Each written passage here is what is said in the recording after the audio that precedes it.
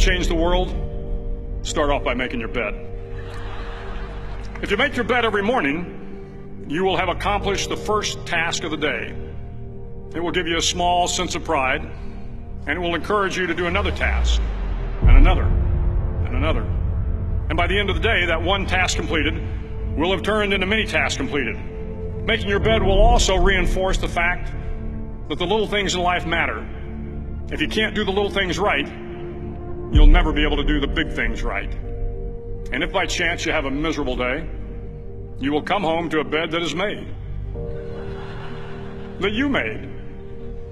And a made bed gives you encouragement that tomorrow will be better. To pass SEAL training, there are a series of long swims that must be completed. One is the night swim. Before the swim, the instructors joyfully brief the students on all the species of sharks that inhabit the waters off San Clemente. They assure you, however, that no student has ever been eaten by a shark, at least not that they can remember. But you are also taught that if a shark begins to circle your position, stand your ground. Do not swim away. Do not act afraid. And if the shark, hungry for a midnight snack, darts towards you, then summons up all your strength and punch him in the snout, and he will turn and swim away. There are a lot of sharks in the world. If you hope to complete the swim, you will have to deal with them. So if you want to change the world, don't back down from the sharks. Over a few weeks of difficult training, my SEAL class, which started with 150 men, was down to just 42. There were now 6 boat crews of 7 men each.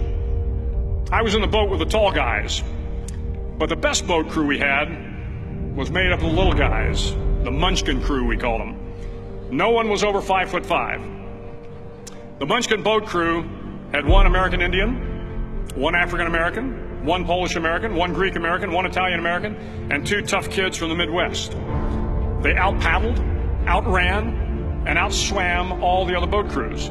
The big men in the other boat crews would always make good-natured fun of the tiny little flippers the Munchkins put on their tiny little feet prior to every swim.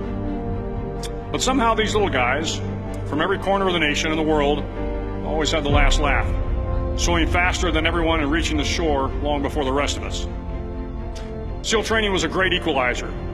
Nothing mattered but your will to succeed, not your color, not your ethnic background, not your education, not your social status.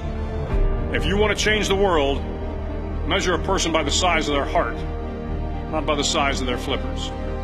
The 9th week of training is referred to as Hell Week. It is 6 days of no sleep, constant physical and mental harassment, and 1 special day at the Mud Flats. The Mud Flats are an area between San Diego and Tijuana where the water runs off and creates the Tijuana Sloughs, a swampy patch of terrain where the mud will engulf you. It is on Wednesday of Hell Week that you paddle down to the Mud Flats and spend the next 15 hours trying to survive the freezing cold, the howling wind, and the incessant pressure to quit from the instructors. As the sun began to set that Wednesday evening, my training class, having committed some egregious infraction to rules, was ordered into the mud. The mud consumed each man till there was nothing visible but our heads. The instructors told us we could leave the mud if only 5 men would quit.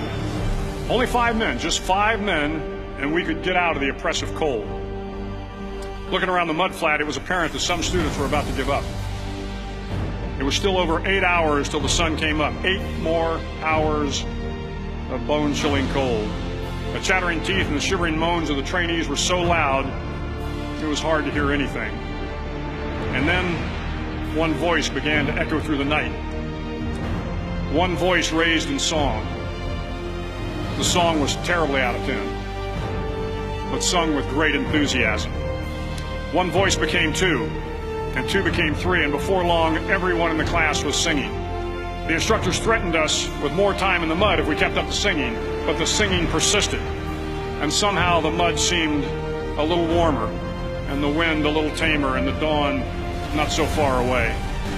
If I have learned anything in my time traveling the world, it is the power of hope. The power of one person, a Washington, a Lincoln, King, Mandela, and even a young girl from Pakistan, Malala. One person can change the world by giving people hope. So if you want to change the world, start each day with a task completed. Find someone to help you through life. Respect everyone. Know that life is not fair and that you will fail often. But if you take some risks, step up when the times are the toughest, face down the bullies, lift up the downtrodden, and never, ever give up. If you do these things, the next generation and the generations that follow will live in a world far better than the one we have today. And what started here will indeed have changed the world for the better.